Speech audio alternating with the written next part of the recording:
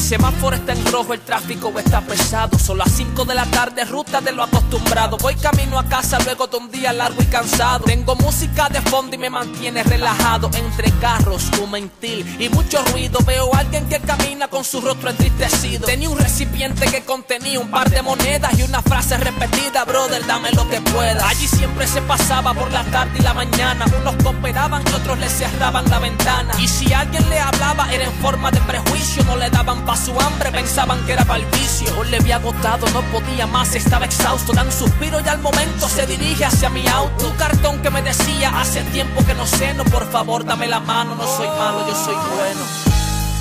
Además de unas monedas, va arrastrando unas cadenas.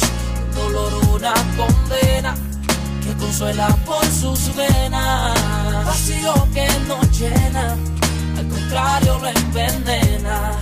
Un recuerdo del pasado, la esperanza para sus Cuando penas. le brindé la ayuda para saciar su barriga, con los ojos muy aguados dijo: que Dios te bendiga. Da la vuelta con su cara triste, medio avergonzado. Yo sentía que quería hablarme y no habías terminado. Cuando ya me da la espalda dije: también te bendigo, pero te hago una pregunta, dime qué pasó contigo. Respiró profundo y regresó para entonces contarme. Y me dice: por favor, ahora no vayas a juzgarme, porque ya son muchos los que me han venido con sermones. Como tú yo soy humano y tomé malas decisiones. Yo también tenía familia, yo también tenía un hogar. Tengo un hijo que a la cara no me quiere ni mirar. Y a su madre en ese entonces no la supe valorar. Hice algo incorrecto y no me quieren perdonar. Pero lo más que me duele y recuerdo aquel día 2, cuando decidí alejarme completamente de Dios.